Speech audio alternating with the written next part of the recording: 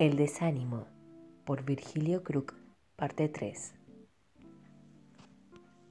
Vamos a meditar sobre las vidas de algunos de los santos, especialmente en el Antiguo Testamento, que la Biblia presenta como ejemplos de aquellos que no fueron desanimados en cumplir la voluntad de Dios para sus vidas.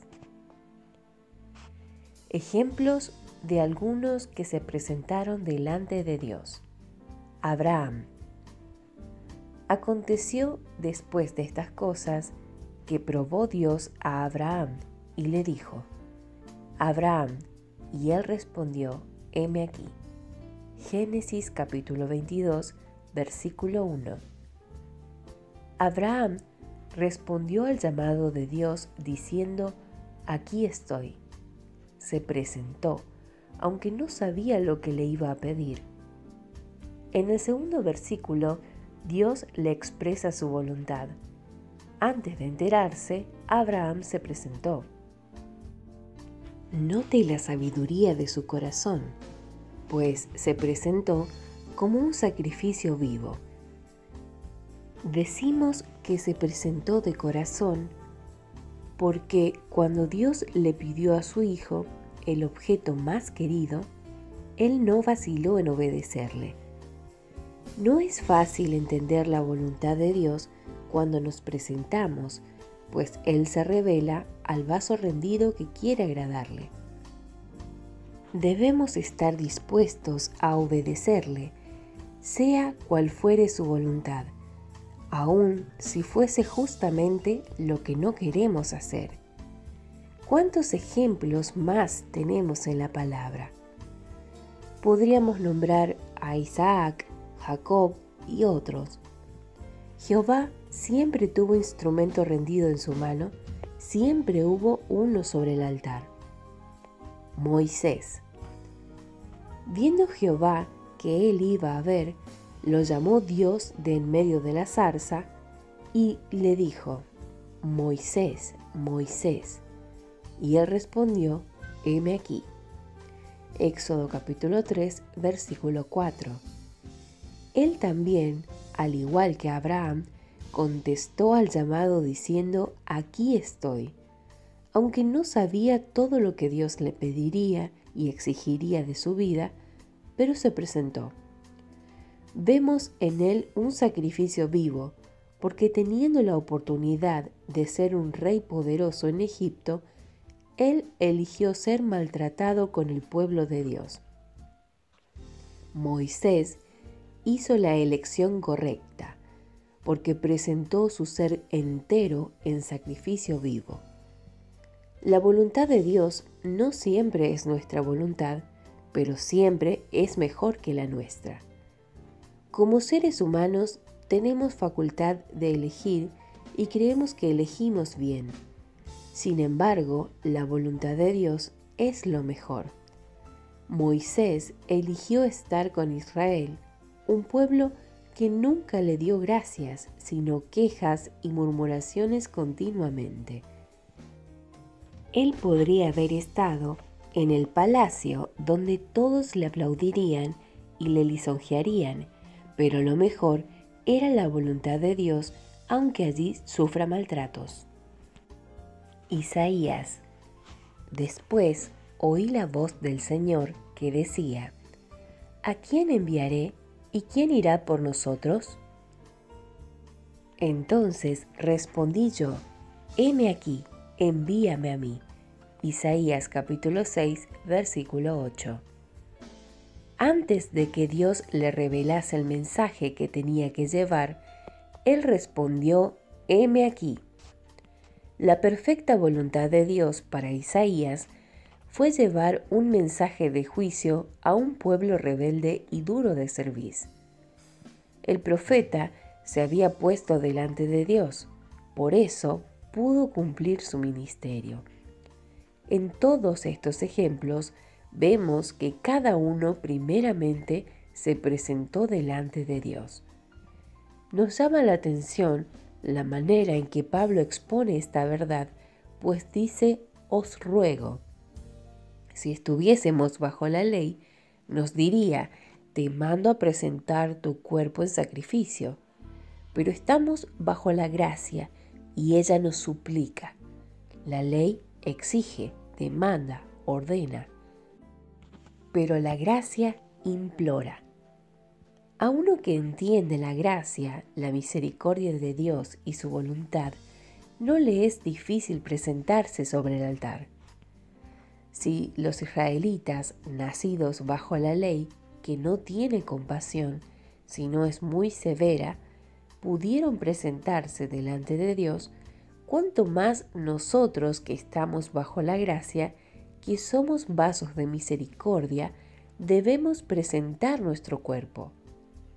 Hablamos de poner delante de Dios el cuerpo, nuestros miembros, porque es eso lo que Él va a usar.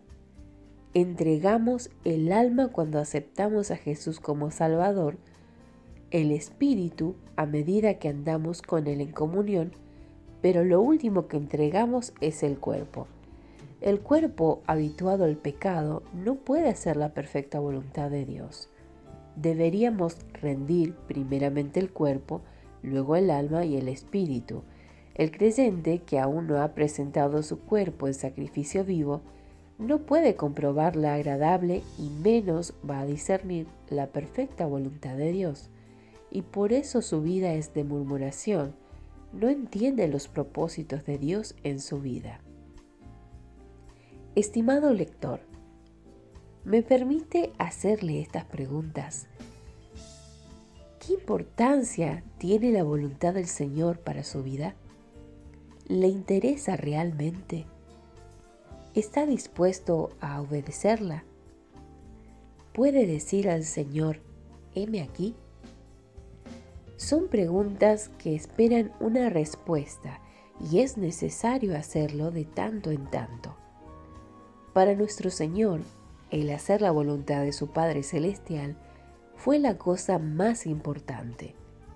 Jesús les dijo, mi comida es que haga la voluntad del que me envió y que acabe su obra.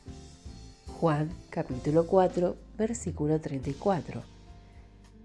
Note que dijo mi comida, o lo que es más importante, lo que me da fuerza, me sostiene, es hacer la voluntad de Dios. Era mediodía cuando vinieron los discípulos con la comida, precisamente a la hora en que el ser humano tiene apetito. Jesús era hombre y seguro tenía ganas de comer, y el olor habrá sido tentador, pero él la rechazó porque le satisfizo saber que estaba en la voluntad de su Padre. La comida también representa las atracciones naturales, tal vez un empleo, una ocupación o algo natural que brinda cierta satisfacción. Jesús puso en la balanza las atracciones naturales y la voluntad de Dios. Esta última pesaba más para él. En el mundo hay cosas que satisfacen, pero no enteramente, como tener el testimonio de que agrado a Dios y que Él está satisfecho conmigo. Para no desmayar, debemos seguir el ejemplo de Jesús. El que quiera hacer la voluntad de Dios, conocerá si la doctrina es de Dios o si yo hablo por mi propia cuenta. Juan capítulo 7, versículo 17. Dios no esconde su voluntad. Él quiere revelárnosla, pero debe haber sinceridad de nuestra parte. El que quiera hacer esa voluntad va a conocerla, pues Dios le va a revelar. Tal vez no de un día para otro, pero la revelará. La parte del creyente es buscar a Dios y estar dispuesto a hacer lo que Él nos manda. No sirviendo al ojo, como los que quieren agradar a los hombres, sino como siervos de Cristo, de corazón haciendo la voluntad de Dios. Efesios capítulo 6, versículo 6. Nuestro motivo no es buscar la voluntad de los hombres, sino la de Dios, y eso de corazón, de buena voluntad. Él a veces nos habla por un instrumento humano, pero eso es para confirmarnos. No debemos ser influenciados por otros. Su voluntad perfecta es individual. Seguro que no todos aprobarán, pero si tenemos el testimonio de que es la perfecta voluntad de Dios, eso basta. Notemos otra vez el ejemplo del Señor para aprender cómo vencer el desánimo para no buscar la voluntad de Dios. Sacrificio y ofrenda no te agrada. Has abierto mis oídos. Holocausto y expiación no has demandado. Entonces dije: He aquí vengo. En el rollo del libro está escrito de mí: el hacer tu voluntad, Dios mío, me ha agradado, y tu ley está en medio de mi corazón. Salmo 40, versos 6 al 8. Estas son palabras proféticas acerca de Jesús. No decimos que debemos hacer algo difícil con esfuerzo carnal. No hablamos de morir el justo por los injustos, ni de elegir vivir o morir, salir o quedar, sino el hacer tu voluntad me ha agradado. Al que tiene tal actitud, Dios se va a revelar. Todos los creyentes pueden conocerla y vivir en ella, no solamente los predicadores. Es cierto que no será igual para con todos, pero lo importante es que cuando Él venga, nos encuentre en esa esfera.